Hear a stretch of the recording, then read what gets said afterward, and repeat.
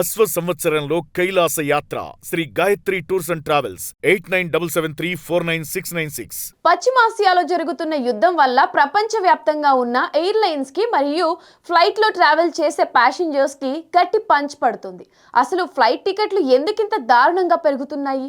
మన వాళ్లకు కలుగుతున్న ఇబ్బందులేంటో ఇప్పుడు తెలుసుకుందాం. ఈ యుద్ధం వల్ల పశ్చిమాసియా గగనతలమంతా ప్రమాదకరంగా మారిపోయింది. దీంతో పాకిస్తాన్, ఇరాన్, యుఏఈ, ఒమాన్ లాంటి దేశాలు ఎయిర్లైన్స్ ని క్లోజ్ చేశాయి. దీనివల్ల యూరోప్ లేదా అమెరికాకి వెళ్లే ఫ్లైట్స్ అన్ని డైరెక్ట్ రూట్ లో కాకుండా చుట్టూ తిరిగి చాలా పెద్ద రూట్ లో వెళ్లాల్సి వస్తుంది. ఇలా రాంగ్ రూట్ లో ఫ్లైట్లు నడపడం వల్ల ఏవియేషన్ టర్బైన్ ఫ్యూయల్, విమాన ఇంధనం చాలా ఎక్కువ ఖర్చు అవుతుంది. దానికి తోడు యుద్ధం పుణ్యమా అని ముడి చమురు ధరలు కూడా పెరిగిపోయాయి. ఆ భారం అంతా ఎయిర్లైన్స్ వాళ్ళు భరించలేక డైరెక్ట్ గా మనలాంటి కామన్ ప్యాసింజర్స్ మీద ఫ్యూయల్ ఛార్జీలు వేసేస్తున్నారు. ఉదాహరణకి చూసుకుంటే ఎయిర్ ఇండియా వాళ్ళ డొమెస్టిక్ ఫ్లైట్స్ కి 339 రూపీస్, అలానే గల్ఫ్ కంట్రీస్ వచ్చేసి $10, ఆఫ్రికా వచ్చేసి $30 to $90 మరియు ఆగ్నేషియాకి $20 నుంచి $60 వరకు ఎక్స్ట్రా ఛార్జెస్ వసూలు చేస్తున్నారు. ఇక ఇండిగో వాళ్ళు కూడా ఒక టికెట్ మీద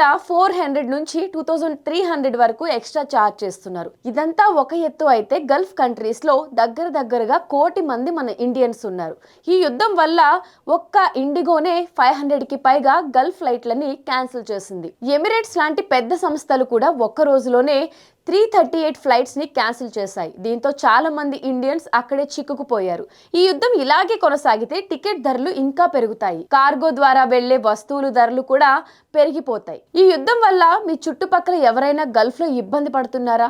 ఈ ఫ్లైట్ టికెట్స్ ధరల పెంపు మీద అసలు మీ ఒపీనియన్ ఏంటో కింద కమెంట్ సెక్షన్ లో కమెంట్ చేయండి. మరిన్ని హాట్ టాపిక్స్ కోసం ఇట్స్ యూ టీవీ ఛానల్ ని సబ్స్క్రైబ్ చేసుకోండి.